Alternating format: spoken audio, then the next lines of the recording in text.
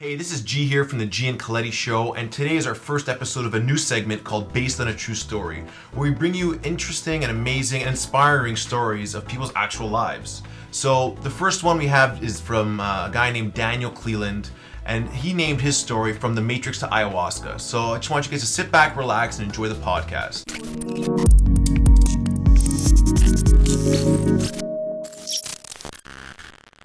Hey, it's Giovanni here from Collective Evolution, G and Cleland Show. We have a very special guest today. I don't know where I should say he's from, because he's from a little bit all over the place, but he's from Pulse Tours, currently residing in South America.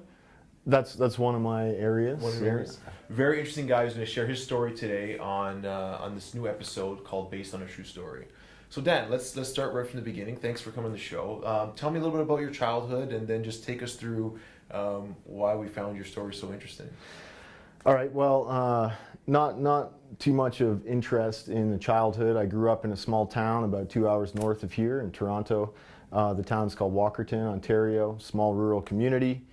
Had a pretty good family. I mean, of course, a few childhood kind of issues which may have carried over into adulthood, but nothing too severe. Did high school in Walkerton till I was 18. Didn't really see much of a city until I went to college in London, Ontario when I was 18. Okay. So nothing too crazy, nothing too out of the ordinary there. All right, cool. And so from there, I guess you went to college or sort of groomed for the corporate lifestyle. Tell us about that and how that sort of led into the next few years of your life. Yeah, so like any high school kid, you're kind of, you've got this advice coming from the top, from parents, from teachers, from guidance counselors. In your last year of school, you get this college calendar or brochure, so you're kind of flipping through these pages of the college brochure, wondering, what am I going to do with my life? Mm-hmm. How are you supposed to decide that when you're 18 years old? Looking through a book, you really have no idea what's out there in the world. You have no idea how it would actually look getting into any of these jobs that you're potentially embarking on a 4 or 7 year study program to go into doing. So at the time, my father was working at the nuclear power station in Tiverton, and he was in technology, and I knew that was kind of, at that time, I wanted to do something that appeased my superiors, my parents, and so I signed up for a computer programming course in college, which sounds like it gives you a lot of options. Computer programming. Computers are always a good thing, I guess, right? Yeah. Now that was back in 2000, and so the scene is a lot different now. But I ended up going into that program. I did it for about a year and didn't really quite jive with it so much. So I switched over to electrical engineering technician. Did that for a year. Didn't quite jive with it so much. Did electronics. Wasn't too into the bench work, So the fourth year of college, I pretty much just assembled a few courses from all those and just got out with a certificate that I don't even think I collected. It was just Piece of paper for on the wall somewhere. I just had to get out, Yeah. and get out into the world. And I think it's a very common story for a lot of people that are just going to college because they feel they have to go and Absolutely. taking courses that they think they're going to use someday. And how much of your college schooling do you think you've actually put into practice since you've come out of there? Well, the technical skills I learned, not very much at all. But I did, some of the theory, some of the electrical theory and technology. I have, leveraged some of that. Okay, coming up. Good. So some value there. That's good. And potentially some more. I'm getting I'm leaning towards some more technological projects right now. But okay, we'll come back around to that. Sure. So tell me after that. So what happens? You got a job. You're ready for the workforce. So I remember one of my teachers in my electrical course told me one day, he said, "You're so full of shit, you should not be a technician, you should be a sales guy." And I actually, coincidentally, I applied for a air quality technician job coming out of college, but it was actually, once I got there and checked it out, it was actually a sales job. And I did okay, I did all right. It was kind of easy to make a good paycheck, talking to people, communicating, sharing ideas. And so I ended up getting into sales at the residential level, which then morphed into the business to business, small business level, which then eventually got into like the industrial level. So I thought I had a pretty good thing going. You know, I got a car, you know, car payments using some of my technical knowledge. It was It's one of the benchmarks for success as you're growing. It's like getting your own car and having a car payment, right? It is, right? It is. I guess was it long lasting, that sort of feeling of success, or was it more like, okay, now I got a payment to make, or when you got that car the first time? Do you remember your first car? Oh yeah. It was a Kia Spectra 2005. I was pretty stoked about it. Yeah, and I continued on that kind of path, growing with the company, and there was just like something that was kind of intrinsically lacking in that. You know, like I found myself in the program, so to speak. I was working, I had my payments, I was paying rent, and I was kind of doing the 9-to-5 grind.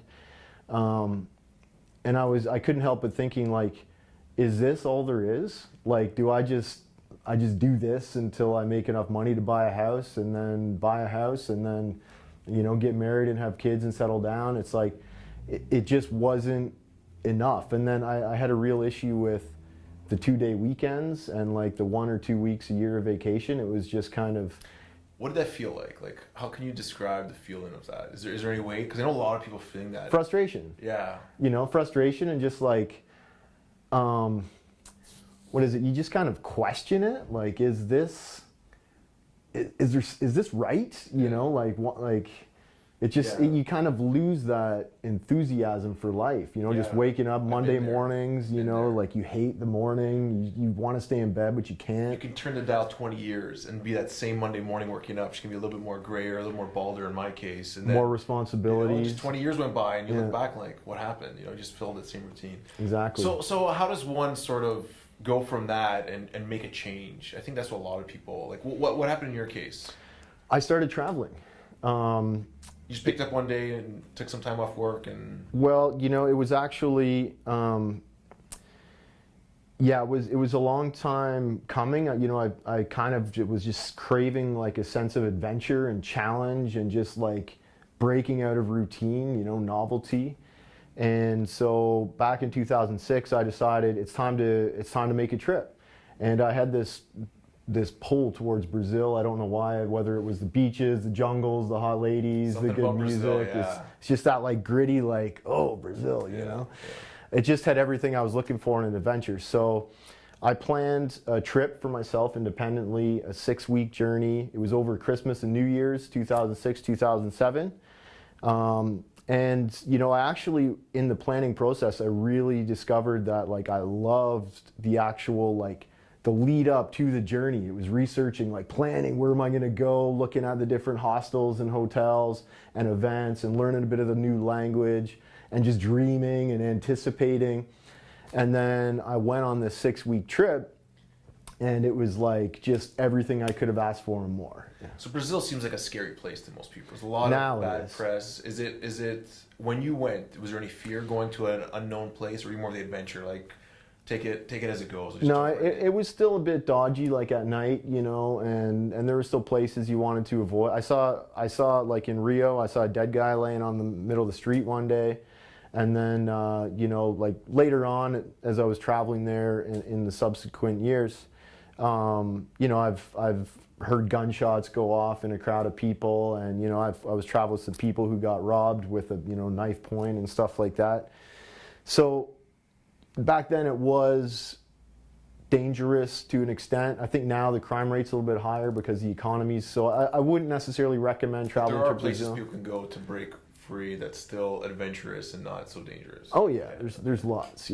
Lots. South America is a great place. You know, maybe Colombia is a better place to go now than Brazil. Certainly not Venezuela. Peru's good. You know, cool. Ecuador. Okay, so you have this 6-week incredible journey, and then. So then I get back to Canada, back to my old job. I was living in Calgary, and it was the middle of January. So I come from this like beautiful, balmy, beachy paradise in Brazil. And I was like, my days were like running down Copacabana Beach, my board shorts, and like they had these little workout areas along the beach, so you could run a couple 100 meters and then do your like bar dips and your push-ups and your sit-ups and then keep running. It was awesome. And the parties and everything. I was actually working as a bartender at this rooftop hostel bar, like making caipirinhas, and it was just awesome. And then I get back to Calgary in January, and I don't know if you've ever been to Calgary in January. It's cold. Yeah. They put block heaters up, outlets in the parking stalls so you can plug your car in so it doesn't freeze. So as soon as I got back, and going back to my old job, I was even more convinced that I needed to do something different. I was not cut out for the standard, just routine 9-to-5 grind program. A lot of times you're just making enough to like pay the bills and barely break out of the program, like barely get ahead. A lot of people are struggling to make enough money. So within a couple months, I just started applying for jobs with tour companies that were traveling to Brazil. And I kind of lied on my resume a little. Let's say embellished my ability to speak Portuguese and Spanish, because that was a prerequisite, of course, for getting a tour leading job in South America. But I ended up getting through the interview process, and within a couple months, I was down in Guatemala training to become a tour leader for G Adventures, which is a company based here in Toronto. Really awesome company. So my training, we went through Guatemala, Belize, Mexico, and then they passed me in the first round. I ended up doing a shadow trip in Costa Rica with another trainer, and then I was a tour leader. So the next year and a half of my life was me living out of a backpack, guiding groups of 15 people through Costa Rica, Panama, Venezuela, Brazil, Argentina. Saving any money, making any money? Or yeah, actually, the company, inherently that job doesn't cost a lot of money because the company's paying for your hotels, you get a food allowance, you get a salary, fortunately, the participants, the passengers on the trips, were oftentimes generous with tips. So nice. Okay.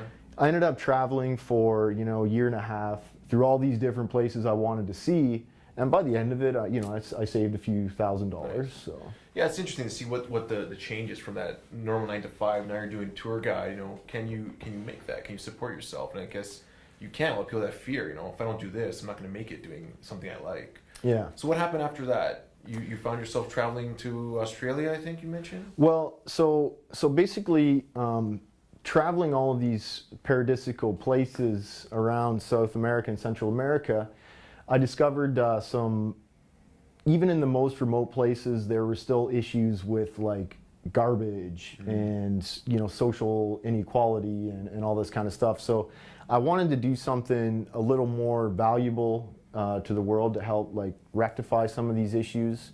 So I went back to Canada and started studying. I studied environmental studies, sociology, these different types of things. And after a year of studies, I found myself on a field trip to Australia to do a conservation study and then continue my studies there in environmental sciences. Things got off track while I was there. It was right after the financial crisis, so it was very difficult to find high-paying work, especially with the type of traveling visa I had. So I ended up deferring my studies 3 times while I was there because I couldn't pay for it. And in the meantime, I was working door-to-door sales with really kind of desperate cash-only, commission-only kind of jobs that travelers would get to help supplement their travel costs, but not really save up to actually go to school. So that led to a bit of a period of confusion and depression and desperation, which culminated with one Friday night I was out and out at the nightclubs and came back home a little bit early, feeling a little bit restless. I went down to South Bank. It's a park on the Brisbane River, and there's this 20-meter cliff called Kangaroo Point. So I'd often see people like climbing up it with ropes and harnesses and helmets and spotters and all that stuff. And I was down there by myself, and I decided to give it a try. So without any ropes or harnesses? No ropes, no harnesses, free climb in the middle of the night, wearing dress shoes, and I got almost to the top. Like, I wasn't actually planning to go all the way up, but it was going smooth at the beginning. So I tried to go all the way up, got about 2 meters from the top, and hit a kind of like a point of an impassable overhang that I couldn't get around. And I tried climbing down, but this is in the dark. This is in the dark, yeah. So going up was a little bit easier than trying to go back down, like with these pointy-toed dress shoes was challenging. It was impossible, and so I kind of started to panic, and there was only one way to go, is either like try to jump to this one lip that I thought I could maybe get my hands around, or like, I don't know, sit up there and tremble until I hit the ground. So I jumped and I fell, and like shattered my femur and my pelvis. It was pretty rough, like compound fracture. I've got a big scar right here where the bone came out, and so someone found you there? Yeah. So luckily there were some people down there. Otherwise, I probably would have bled to death. But so there were some folks down in the park, maybe I think Friday night, having a couple beers or something. Some teenagers. They came over. The first thing the guy says is like, "Holy shit, man! Look at your leg." I'm like, "I know. You want to call me an ambulance?" And so they did. Then I ended up spending a month in the hospital, in the trauma ward. So like exoskeleton for the first week or so. Then they did a big surgery, put titanium all in my leg and pelvis, and during that time, you know, I had a lot of downtime, time to think, and I was already familiar with ayahuasca because I'd read about it in Daniel Pinchbeck's 2012, The Return of Quetzalcoatl. Plus, I was following Reality Sandwich at that point, and I thought that maybe ayahuasca could help kind of get me out of that rut. You were taking painkillers also? I was taking so many opiates, it was crazy. Like, it was almost like a dual purpose, because I needed the opiates for my pain because my whole body was shattered and cut up. But for me, it doubled as like, it was also pushing out my kind of depression and my dissatisfaction with my life circumstances at that point. So that kind of was a bit of a band-aid on a bullet wound, but it didn't help for long before it actually started making the problems worse. So I mean, yeah, I had all this stuff going on. I kind of like, at one point I wrote in my journal that it felt like there were little balls of garbage just orbiting around my head, like negative thought programs or whatever. Just things that were like sabotaging my life. So so yeah, I mean, I was aware of ayahuasca. I was afraid of ayahuasca. Back then, it was 6 years ago. And it was even like further beyond the mainstream awareness, you know? And when people talked about it, it was like this super intense, psychedelic, you confronted all your demons, and you know, I was afraid of what demons I had inside me.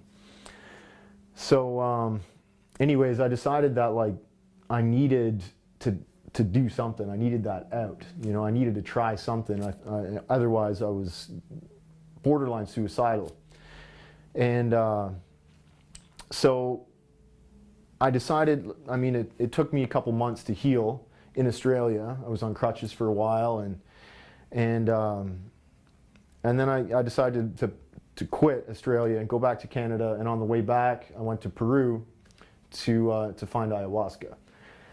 So long story short, ayahuasca, even on my first ceremony, like I was lucky. Not everyone gets a huge hit in their first ceremony, but yeah, it just like went very deep on me. I purged like everything that was just in there. Yeah. It just unlocked the floodgates, and just, I let everything out. I just came to terms with a lot of my own self-contempt. Like I thought, I felt like at that moment everything was perfect in space and time, and the only way I could have gotten there was if all these other mistakes I'd made which were perceived mistakes, had led me to that point. Like climbing a cliff face and dress shoes in the middle of the night by yourself, It sounds almost crazy. Like, it sounds almost like, how could you possibly have even thought of that? But from a bigger picture, it was like, that's exactly what you needed to get you where you are today. Pretty much, yeah. I mean, like, I could have looked at that trip to Australia as a huge mistake, or looked at it as the turning point in Where would you have been if you didn't go there? Who knows, right? I probably would have continued my studies in Canada, finished the bachelor's degree, and then who knows where I would have gone. It turns out that actually that 3 years of life experience that I got in Australia, and plus the 2 years after that in different international scenarios, actually allowed me to get acceptance into a master's program, which I completed. So I kind of bypassed the bachelor's degree and just went straight to the master's by utilizing that life experience. So nice. I'm in the same place I would have been if I would have completed that bachelor's degree in time, but in space, probably not. Yeah. So you have this crazy ayahuasca experience, life altering, I'm guessing. Absolutely. Shifts you in ways you couldn't even imagine. Yeah. So and then you have this, what happens after that? So basically, the first thing that happened was I wrote a very explicitly detailed account of my experience, and I sent it to every contact in my Hotmail contacts list. And that included like family members, like teachers, like whatever. Anybody who's ever known me got that letter. What was the response like? Fear. Like, especially most of my family members just thought I'd gone off the deep end, like I was, down in the jungle doing drugs and like, had completely fallen off the wagon. My parents were concerned that what I was drinking was like poison or something like that. So I did get a little bit of negative backlash from that, but the point was very simple for me. It was, this is a very special medicine, and I think this can revolutionize people's lives like nothing else. And so it was my job to just get the awareness out there, and I wasn't afraid of being a little bit controversial, So I started talking about it a lot. Everyone in my network knew what I was getting into. I started posting research on my social media and stuff. And I started moving toward that path of ayahuasca. So within about 6 months after my first ceremony, I had accepted a volunteer writing job at a center in Peru for a month. So I did a month-long diet there, wrote about it on a blog, and it just helped deepen my understanding of the medicine and helped me promote it more and kind of get into writing about my experience and stuff like that. And in that month, I started getting ideas of how I could build a facility. Wasn't necessarily supposed to be just an ayahuasca center, more of like an intercultural integration center with ceremonies and kind of touristic activities and a little bit of education as well. But that ultimately was the formation of the Ayahuasca Adventure Center, which is the retreat center we now run down in Peru. So it just kind of cleared out my thinking, and I had all these different experiences, a little bit of technical, a little bit of business and sales, a little bit of tourism, and it just allowed me to bring all that together. And instead of picking one pigeonholed job, it was like, oh, I can like take all my skills and do something that I'm passionate about and that helps other people, and and break out of the program. So people who are stuck in the program now, how do you think they can find out? Because I think a lot of people are not sure. I don't know what I want to do. I don't know what I can do. How can people sort of use some of your story? You think an ayahuasca trip, just getting out and going to the jungle for a month, can help people to sort of refocus their life and see what do you think? Like, how can people sort of, what do you think people can do that are feeling how you felt before you sort of, do they have to go to Australia and break their hip? Something No. crazy like that? No. Is that something? It depends what's holding them back. Yeah. Is it something personal? Is it something like energetic? Is it related to trauma from the past? Or are you trapped in bad relationships or cultural programming? Then, ayahuasca can help you break out of that, help kind of, I liken it to, if you're a car and you're driving along and you've got a whole bunch of stuff like stuck to the vehicle, you're catching air, it's slowing you down, you're not really driving in a efficient manner. So ayahuasca can kind of help knock that stuff off. Clear that up for you. So you're like a bullet, but then there's also the cultural side of things. So if you're kind of stuck in the same place, same routine, following the footsteps of your forefathers who, really, our generations above us, they didn't really have the opportunity to kind of get out and see the world and have all the access to the world at their fingertips. So travel is a way that you can break out of your nation state culture, right? So you can kind of get out there and see the world, and even if you're not making a lot of money, that experience is invaluable. And when you're out there in the world traveling, you get all kinds of ideas. You have that time away from your culture to like really dive into alternative thinking. So that's one way to do it. And then more on the pragmatic side of things, there's billions of ways you can become an entrepreneur these days. You can start little companies for next to nothing. You can get out there, you can do things on the internet, you can find ways to make passive income. There are ways pragmatically to earn a living doing things other than the standard pigeonhole job that you get by searching on the Human Resources Department of Canada job website or like wherever, So there are options. Yeah. So you went on to write a book. You want to tell us a little about that? The book you wrote about some of your experiences. Tell us about that. Absolutely. We only have a couple minutes left, but tell us about your book and what you're doing now. So I wrote a book. It's called Pulse of the Jungle, and it's really using my story the last 10 years as the backbone, as an inspirational guide for seekers wishing to transcend culture, explore the world, and make an impact.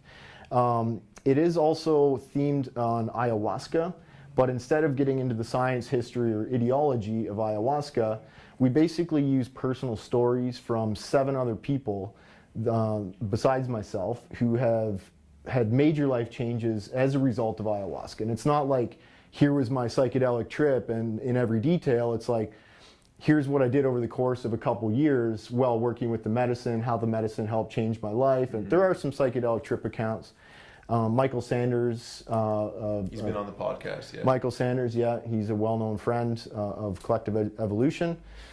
He's one of the contributors. Guy Crittenden, another local guy in the spiritual community here who's an environmental journalist. So really, the motivation behind the book is to give people an inspiration, and I also provide some of the tools and resources and mentors that I've used along the way to help give me the skills I needed to become effective in the world of entrepreneurship. Awesome. And if people want to get your book, how can they get it? I'm running a pre-sales campaign right now for the rest of October. It's at pulseofthejungle.com. And the pre-sales come with all kinds of cool perks and stuff like that, discounts for ayahuasca retreat in Peru. One for sure.